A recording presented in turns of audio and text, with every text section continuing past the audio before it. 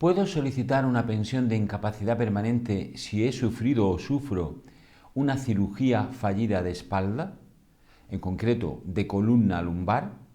Seguidamente, en este vídeo lo vamos a explicar.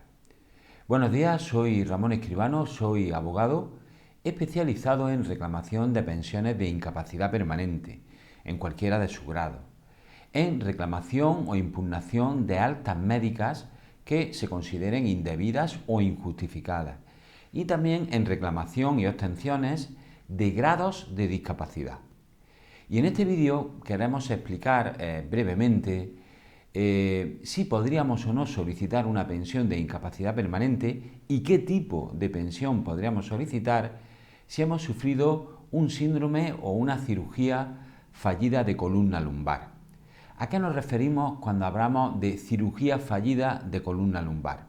Pues bien, en principio, casi con el propio nombre o título ya podemos imaginarnos a qué nos referimos. Sobre todo las personas que sufren esta problemática, esta patología, pues sin duda lo saben y no hace falta ni siquiera explicarlo. Pero para aquellos que no lo conozcan, tenemos que decir que en numerosas ocasiones, cuando una persona sufre una patología a nivel de columna lumbar, que podría ser extensiva a cualquier parte de la columna vertebral, tanto a la dorsal como a la cervical, pues es necesario que se intervenga quirúrgicamente. Normalmente, no en todos los casos, pero sí habitualmente, las intervenciones están sobre todo indicadas cuando existen afectaciones de tipo neurológico, es decir, cuando la persona tiene afectadas las raíces nerviosas existentes en las vértebras donde se aprecia la existencia de patología o de dolor. Sin duda también existen otro tipo de intervenciones, como son las intervenciones para solucionar hernias discales, etc. Pues bien, cuando una persona que tiene una patología de tipo lumbar o, como decimos, en cualquier otra parte de la columna vertebral, se somete a una intervención quirúrgica para solucionar el problema médico que tiene, que puede ser de muy diversa consideración: dolor, limitación de movimientos, pérdida de control de esfínteres, limitación en la deambulación, en la flexoextensión de columna.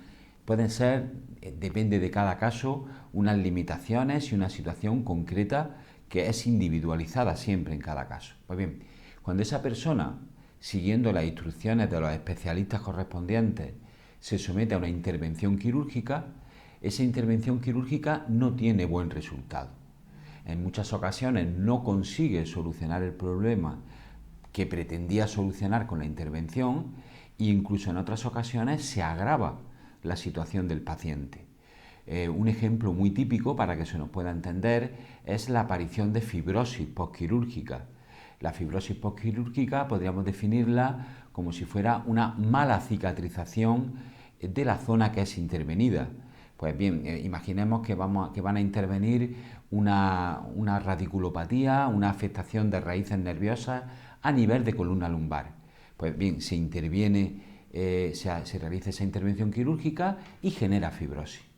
La fibrosis es que cicatriza mal la herida de la zona afectada, y esa mala cicatrización puede provocar que afecte aún más a las raíces nerviosas que existen en esa localización de la columna lumbar en el ejemplo que estamos poniendo, ¿no? O que estamos indicando. Pues bien, esa complicación puede provocar, como decimos, no solo no solucionar el dolor y las limitaciones que tenía la persona cuando se somete a esa intervención, sino que muchas veces incluso se puede agravar. Decimos que lo normal es que no ocurra este problema, pero ocurre, y además en nuestra experiencia con bastante frecuencia. Desde luego nosotros no somos muy objetivos porque a los abogados pues nos llegan los temas complicados, ¿no? Los que se resuelven pues no llegan a los despachos de abogados, ¿no? Pues bueno, si eso pasa, eso es un ejemplo de una cirugía fallida de espalda. No se ha conseguido solucionar el problema médico que tenía el paciente, incluso en algunos casos pues se ha agravado la situación que tenía él mismo.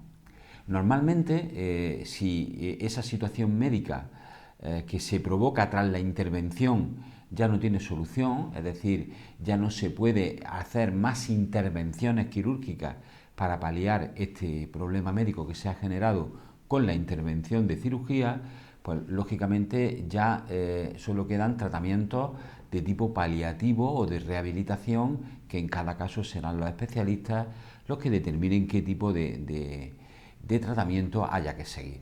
En el caso que estamos poniendo de ejemplo de, por ejemplo, una fibrosis postquirúrgica como consecuencia de esa intervención, lo único que queda son tratamientos contra el dolor, que serán más o menos invasivos y más o menos fuertes dependiendo del dolor y del control del dolor que en cada caso concurra. Pues bien, a esto nos referimos. También puede ocurrir por una mala praxis médica, que es raro pero puede ocurrir, o por cualquier otra circunstancia de que la cirugía no soluciona, sino que incluso a veces agrava la situación del paciente. Pues bien, ¿en estos casos podríamos solicitar una incapacidad permanente? Pues desde luego, pero hay que analizar dos aspectos muy importantes. En primer lugar, ¿qué limitaciones quedan al paciente? ¿Qué limitaciones desde el punto de vista de su capacidad laboral? Tenemos que ver, como estamos hablando de la columna lumbar, en primer lugar el dolor. ¿Cómo es ese dolor? Si se irradia a los miembros inferiores, si se irradia al glúteo, por ejemplo, si se puede controlar con medicación, qué tipo de medicación necesita para controlar ese dolor, o bien no se puede controlar, si nos permite realizar deambulaciones o bipedestaciones prolongadas, es decir, si el trabajador o trabajadora puede andar durante cierto tiempo o puede mantener una posición estática durante cierto tiempo, si le limita o no le limita la sedestación prolongada, es decir, estar sentado durante mucho tiempo, si le limita la carga física, el manejo de carga, la flexoextensión de la columna lumbar, todo eso es lo que tenemos que analizar. ¿Cómo se analiza eso? ¿Cómo se analizan estas limitaciones que pueden quedar al paciente? Pues lógicamente con los informes médicos.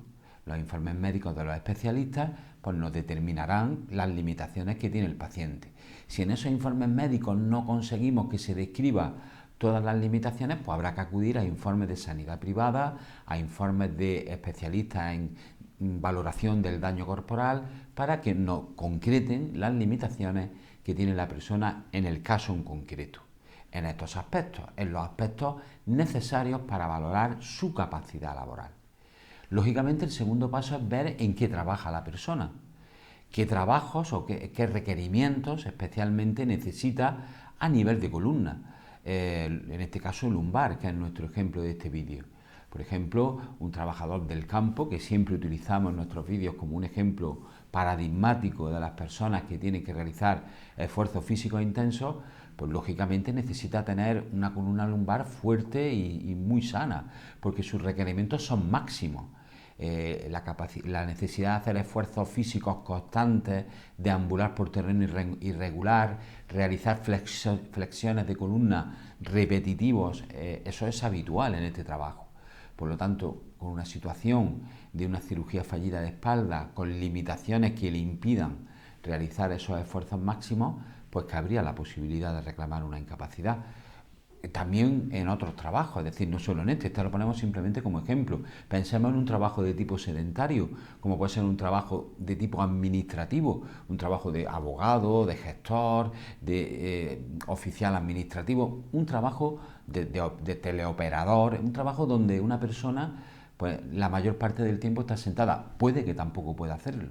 Depende de si tiene limitado o no limitada la sedestación prolongada y cómo es el dolor y qué tipo de medicación tiene para ese dolor.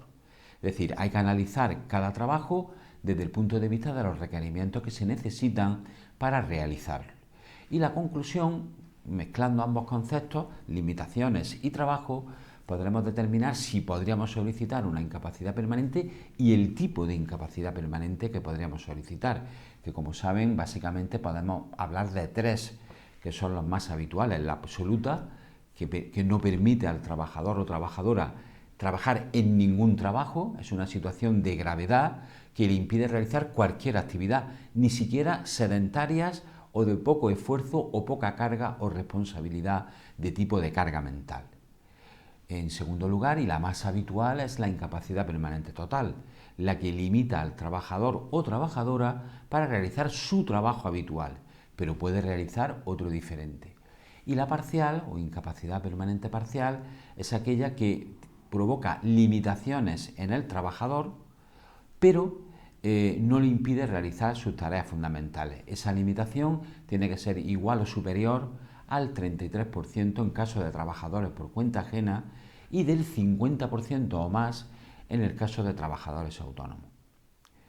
Por lo tanto, haciendo un resumen de este vídeo, es posible solicitar una incapacidad permanente, una pensión de incapacidad permanente si hemos sufrido una cirugía fallida de columna lumbar, que como decimos también es extensible al resto de localizaciones corporales de la columna, dorsal y cervical, que para ello tenemos que valorar las limitaciones que le han quedado al paciente como consecuencia de esa intervención y hay que analizar también los requerimientos de su trabajo habitual y combinando toda esta información podríamos determinar qué tipo de pensión podríamos solicitar si es que pudiéramos solicitarla. Terminamos el vídeo como siempre lo hacemos, poniendo de manifiesto que en nuestro despacho tenemos 3 servicios gratuitos y los voy a explicar bien para que se entiendan. El primero es primera consulta gratuita a través de correo electrónico. Solo a través de correo electrónico. Algunas veces nos llaman diciendo que es una consulta telefónica. No, ese servicio hace años que ya no lo ofrecemos y es a través de correo electrónico. Y es para preguntas concretas. Ustedes nos envían una duda que tengan y nosotros se la contestamos. El segundo servicio es la valoración de su caso totalmente gratis. Por ejemplo, si usted tiene una cirugía fallida de espalda y necesita saber si podría solicitar una incapacidad, nos tiene que enviar un correo electrónico a la dirección de correo electrónico que viene en este vídeo, donde nos explique su caso. Incluso si quiere nos aporta documentación médica o laboral, contratos, nóminas, etcétera, que nos justifiquen que trabaja. Y nosotros estudiaremos esa documentación y le informaremos de si en nuestra opinión podríamos o no solicitar una incapacidad y qué tipo de pensión o de incapacidad podríamos solicitar. Y por último, este servicio anterior de valoración de su caso gratis por correo electrónico, a través del correo electrónico y gratuito. Y por último, también ofrecemos de forma gratuita presupuestos gratis y sin compromiso. Si nosotros cuando estudiamos su documentación consideramos que se puede reclamar, si usted lo desea, le podemos hacer llegar un presupuesto gratis y sin compromiso con el coste que le supondría que nosotros lleváramos su reclamación. Espero que el vídeo le haya gustado y sin más, hasta el siguiente vídeo.